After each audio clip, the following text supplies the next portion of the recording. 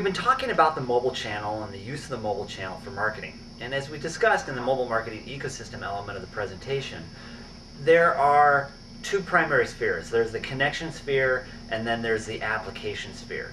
And one of the things that when people see that, the two red arrows in the mobile marketing ecosystem, they often think, one channel. Well, while yes, we can refer to the mobile marketing channel or the mobile marketing ecosystem as being the mobile channel, but what's important to realize is there are actually many paths to interact with the consumer through the mobile channel.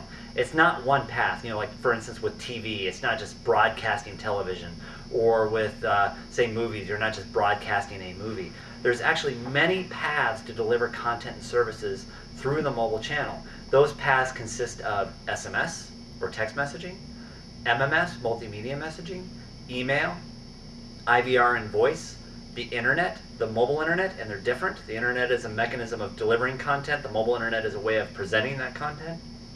The Bluetooth, so that the headset we use for communicating through the Bluetooth channel with our wireless headsets, that can also be used as a channel of delivering content and services to the mobile phone, as well as applications. So I can actually download an application onto the device, and then through the internet, that application can interact and become another path of interactivity through the mobile device. So when you're thinking about the mobile channel, don't just think about the mobile channel as being one giant pipe, but rather it's many, many different paths. And each of those paths have their own level of adoption and maturity and such. And we'll touch on that in just a minute. Some other key thoughts to think about with each of these paths is there's also some enabling technologies on the mobile phone. There's what we'll call location services, GPS being a common element of it, but there's other ways of detecting location on a mobile network. The camera phone is a key enabler. It's a way of capturing image content and manipulating that to be able to interact with people through the mobile device. There's near-field communications chips and RFID chips. These are different detection capabilities, and so, for instance, a near-field communication chip can be used for commerce. It's a secure chip on a phone to be able to store, for instance, credit card information and enable commerce. Today in the United States, for example, and this is what I mean by maturity, in the United States there is no phone sold in the US today, as of December 2008, that has a near-field communications chip in it. Well, as there are phones in other countries that do. So, for example, the near-field communication enabled mobile marketing concept would not be applicable in the US and won't be for some time. But again, as a broad understanding of the capability of the mobile phone and the numerous mobile paths, it's important to think those through. Now, let's think about the complexities of each of these different paths, and I'm going to use an analogy. When you want to launch and run services, when we first started launching and running services for the internet, we would often think, well, there were three browsers. There was Safari, Firefox, and Internet Explorer. And there were three primary platforms: the PC, the Apple Macintosh, and say Linux. And we all know and have often been faced with the challenges of generating a common user experience across those three browsers and across those three platforms. Well, there's the mobile channel and all of these paths I've been discussing, there's a lot more complexity there.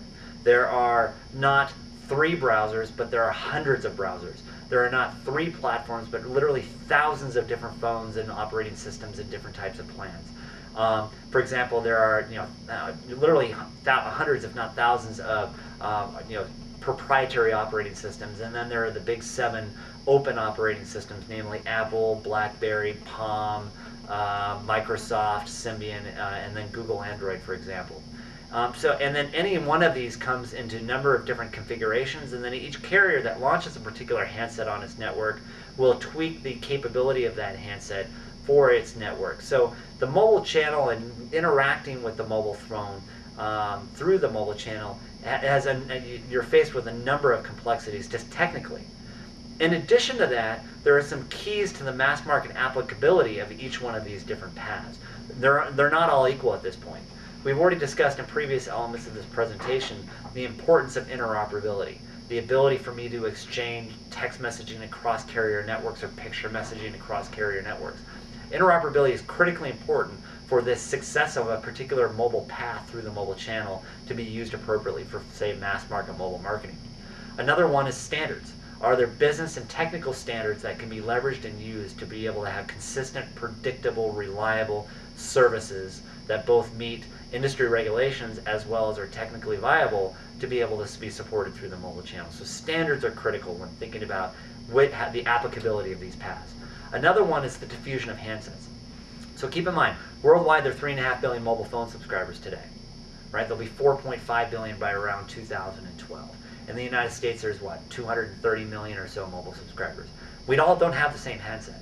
And when a new handset gets launched, like say the Apple iPhone or say Google's Android on T-Mobile, we don't necessarily, every one of us doesn't necessarily rush out and buy that phone. It takes time for a handset to diffuse through the market.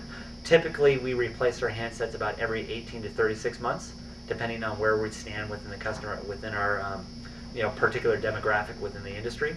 But if you think about it, if a new handset's launched today, it will be at least 18, 36 months or more until that handset really propagates itself well through society. And that's assuming too that the handset has features that everybody is looking for and wants. And what brings us to the next key element of mass market applicability, which is consumer adoption of a particular handset feature. Just because a handset has been launched and has a particular feature doesn't mean that we all use it. Some people may not know how to use it, or they may may not know or be aware that it exists, or they simply may choose not to use it. So that the actual adoption of a particular feature on the phone is an important one as well. Now, as a marketer too, you also want to be thinking about the next area of mass market applicability, and that's being the health of the ecosystem. So if you're going to launch a mass market solution, you don't want halfway through your campaign a particular player to go out of business, or a standard to get in the way of your program running. So you want to be really thinking about the health of a particular path and of the players within that path to facilitate and as a foundation and basis of your campaign. And then finally, you want to be thinking geography. For example, in the text messaging world and short codes, every country has a different mechanism of deploying and registering short codes. So short code and text messaging is a country-specific phenomenon, and so that will be critically important when you're thinking about launching and running your mass market solutions, especially for global brands. So these are the 6 areas of what we'll call mass market applicability that you want to be thinking about. Interoperability, standards, diffusion of handsets, adoption of features from a consumer's perspective on a particular handset, health of the mass market ecosystem, and geography. If we were to align those along to a map, we could say the true one mass market channel is voice. It's interoperable across all carriers, there are standards, it's diffused on every handset, we all know how to use it. It's a very healthy pathway through the mobile ecosystem, and it's applicable across the world geographically. The next channel would be SMS. If you look at the statistics, and again, we can give you, if you contact us at iLoopMobile, we can give you a lot of the references to where you can get access to these stats. But if you look at the statistics, roughly 60 to 90% of anyone across demographics is using the SMS, so it's been adopted by consumers. It's running across about 95% of all handsets on the market. It's interoperable across carriers. There are business and technical standards there to support it. It's a very healthy pathway within the ecosystem, and we have handle over the geographical issues of it.